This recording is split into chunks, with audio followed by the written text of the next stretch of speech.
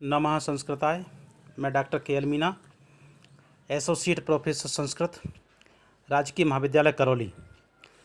Sanskrit online class में आज हम संप्रदान कारक चतुर्थी विभक्ति के सूत्र रुच्यर्थानां प्रीयमाणः के विषय में चर्चा करेंगे। सूत्र है रुच्यर्थानां प्रीयमाणः, जिसका अर्थ है रुच धातु के योग में प्रीयमाण की संप्रदान संज्ञा होती है। अर्थात रुच धातु हो और इस रुच धातु के अलावा रुच धातु के अर्थ वाली अन्य धातुओं के योग में प्रीयमाण अर्थात प्रसन्न होने वाला हो, उसकी संप्रदान संज्ञा होती है। यानी जो प्रसन्न होता है उसकी ही संप्रदान संज्ञा होगी। तत्पश्चात चतुर्थी संप्रदान सूत्र से चतुर्थी विभक्ति का प्रयोग किया जाता है। जैसे उदाहरण है, हरये रोचते भक्ति ही, हरि को भक्ति अच्छी लगती है। इस उदाहरण में रोचते क्रियापद में रुच धातु का प्रयोग किया गया है। रुच धातु से रोचते क्रियापद बना है, तो इस रुच धातु के योग में हरये पद में चतुर्थी विभक्ति का प्रयोग किया गया है। इस उदाहरण में रोचती क्रियापद रुच धातु रुचि अर्थ वाला है और प्रियमाण है हरि, अर्थात प्रियमाण है हरि, प्रसन्न होने वाला है हरि। अतः रुच्यर्थानां प्रीयमाणः सूत्र से हरि की संप्रदान संज्ञा हुई है और चतुर्थी संप्रदान सूत्र से चतुर्थी विभक्ति का प्रयोग होकर के हरये रोचते भक्ति वाक्य बना है। अन्य उदाहरण है, बालकाय मोदकम रोचते, बालक को लड्डू अच्छा लगता है। इस वाक्य में बालकाय पद में चतुर्थी विभक्ति प्रयुक्त हुई है, चतुर्थी विभक्ति का प्रयोग किया गया है। हरये रोचते भक्ति ही, हरि को भक्ति अच्छी लगती है। यहाँ पर हरये पद में चतुर्थी विभक्ति है और हरये रोचते भक्ति, इस प्रकार वाक्य बना है। बालकाय दुग्धम रोचते, बालक को दूध अच्छा लगता है। यहाँ पर बालकाय में चतुर्थी विभक्ति हुई है। सम्यक भुंक्तवते पुरुषाय भोजनम न स्वदते, अच्छी तरह खाए हुए पुरुष को भोजन स्वादिष्ट नहीं लगता है। अर्थात जिस व्यक्ति ने खाना अच्छी तरह से खा लिया हो उस पुरुष को भोजन स्वादिष्ट नहीं लगता है, यह इस वाक्य का अर्थ होगा। तो यहाँ पर स्वदति क्रियापद में रुच धातु अर्थ वाली जो धातु है वो है, उससे अर्थ वाली धातु से युक्त क्रियापद बना है स्वदते। तो इस स्वदति के योग में भुंक्तवते और पुरुषाय, इन दोनों पदों में चतुर्थी विभक्ति का प्रयोग किया गया है।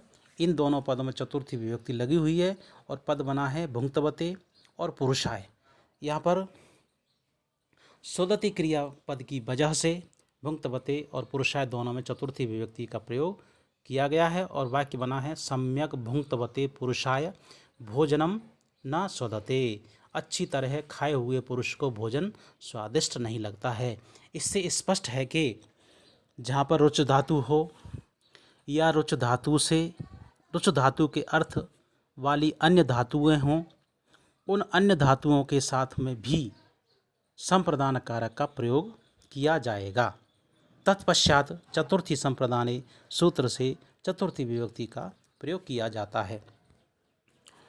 इसके अलावा नेक्स्ट जो सूत्र है वह है क्रोध द्रोह ईर्ष असूयार्थानाम यम प्रतिकोपः। इस सूत्र का अर्थ होगा क्रोध करना, द्रोह करना, ईर्ष्या करना और असूय निंदा करना। इन धातुओं एवं इनके अर्थ वाली अन्य धातुओं के प्रयोग में भी जिस पर क्रोध आदि किया जाए उसकी संप्रदान संज्ञा होती है। अर्थात क्रोध धातु हो, द्रोह धातु हो, ईर्ष्य धातु हो और असूय धातु हो, इन धातुओं के योग में तथा इन धातुओं के अर्थ वाली अन्य धातुओं के योग में भी जिस पर क्रोध आदि किया जाता है उसकी संप्रदान संज्ञा होती है। और संप्रदान में चतुर्थी संप्रदान सूत्र से चतुर्थी विभक्ति का प्रयोग किया जाता है। उदाहरण हैं जैसे हरये क्रुध्यति। क्रुध्यति क्रियापद में क्रुद्ध धातु है और हरये पद में चतुर्थी विभक्ति लगाई गई है, तो क्रुद्ध धातु के योग में हरये पद में चतुर्थी विभक्ति का प्रयोग किया गया है और वाक्य बना है हरये क्रुध्यति, हरि पर क्रोध करता है। हरये द्रोह्यति, हरि से द्रोह करता है।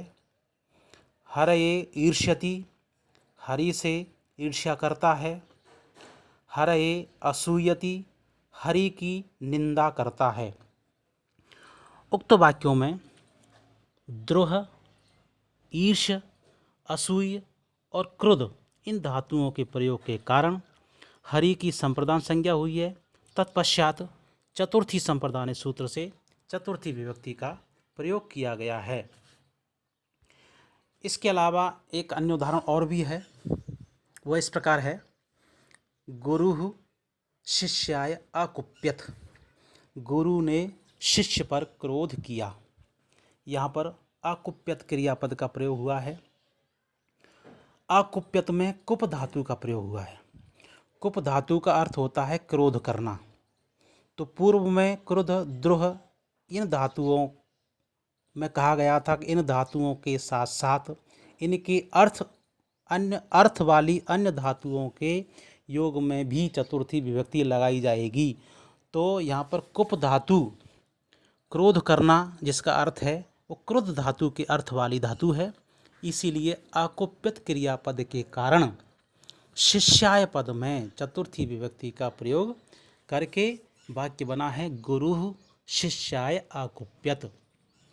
इसीलिए यहाँ पर शिष्याय में चतुर्थी विभक्ति का अकुप्यत की वजह से प्रयोग हुआ है और चतुर्थी विभक्ति का प्रयोग हुआ है।